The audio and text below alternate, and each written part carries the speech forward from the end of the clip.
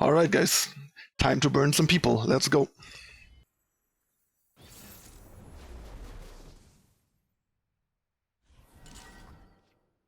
Alright, so not a big fan of Disciple on 2, especially into this, so I'll just gonna redraw everything other than Pet, because, like I said, you want to try and find a rookie for 2. Disciple is not that great of a 2-drop. Best 1-drop, let's hope the opponent doesn't have Tracker. I think it's better to play Rearguard here than this. This is better against Tracker, but their chance of having Tracker is lower than not having Tracker, and then dealing a damage more is very valuable. But I could be wrong. It's certainly close, and it is possible that it's maybe a bit better to be safe, play the Pet to get the guaranteed 2 rather than the potential 3 versus 0. It's closer with Saboteur. I think Saboteur versus Pet, Saboteur definitely wins out because you deal 1 or 3, while Pet versus Rearguard is like you deal 2 or 0. You deal 2, 0 or 3 instead of like 1, 2 or 3. So yeah, not entirely sure, but keep that in mind. If you have Pet versus Saboteur against a deck with 3 2 or lower attack 1-drops, you want to play Saboteur over Pet. If it's Rearguard versus Pet, I'm not entirely sure what the right call is. Here, like I said, I'm not going to play Salesman. He's not great on offense, and especially now that we drew Transfusion with this board, we are lining up really, really well here. And yeah, I think we just attack with everything and have a very solid Transfusion that we can use on this. And oh wow, that is pretty rough actually. We could do this to kill this, which is probably better than making this like an X1 and not killing either of those. So yeah, we probably have to do it this way. I mean, we could also like just deal another damage. We could put the opponent to like 11. That might actually be best. Problem is he kind of runs away with the game a bit too much here. Oh. We have 8 damage though, so putting the opponent to 11 means we only need like 3 damage. Yeah, I think that might be ideal. It's close, I'm not 100% sure. The Ranger's Resolve here was certainly annoying.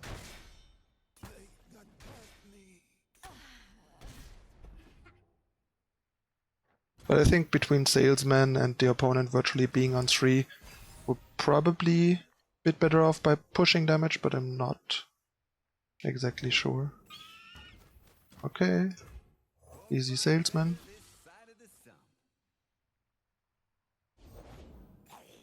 This is getting nasty.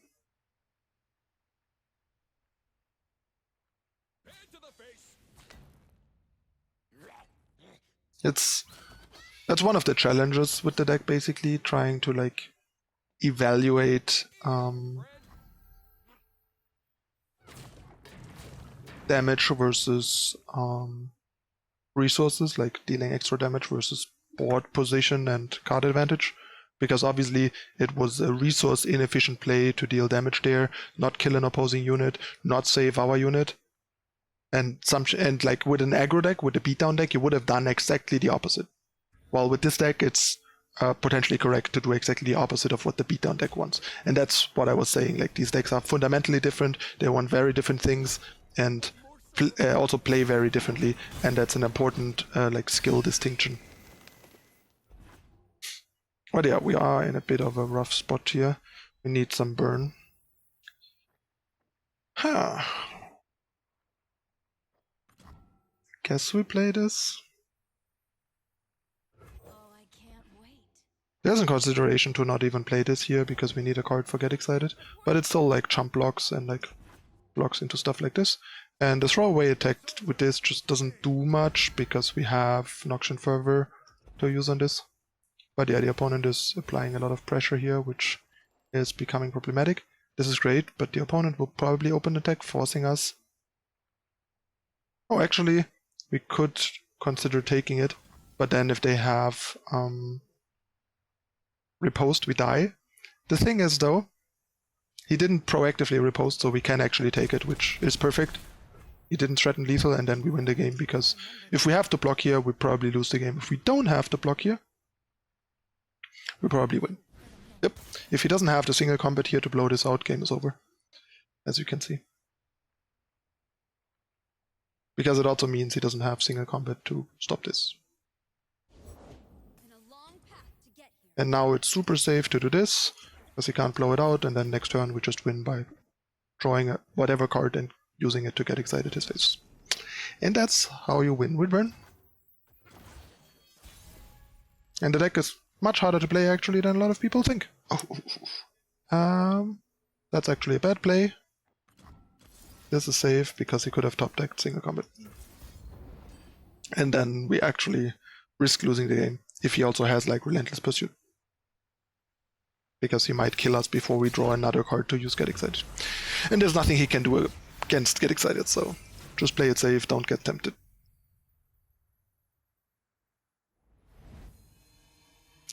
Yep.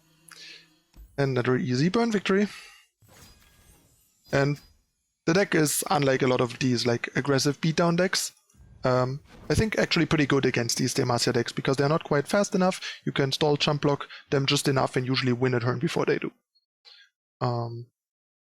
Unlike beatdown decks, which just lose to Demacia's superior unit and board, because they need to win in combat, and winning in combat against Demacia is a losing proposition. While if you bypass combat with burn spells, you suddenly just outrace them in a really nice way. So that's another big difference between Burn and Aggro. Like, Burn is usually good into decks where beatdown decks aren't, and sort of vice versa.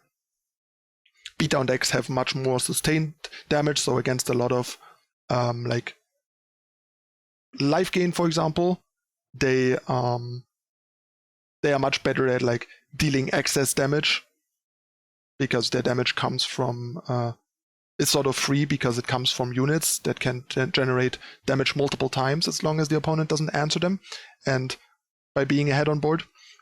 While Burn decks do deal damage very reliably, but they also only deal it very like resource inefficiently by using up cards for every time for most instances of dealing damage. So basically gaining life trades with cards or even generates virtual card advantage against Burn decks, while against beatdown decks that doesn't work. So they have very different angles and are fought in very different ways, and are often misunderstood, and it's pretty important to properly understand them, and they are good against very different things and under very different circumstances.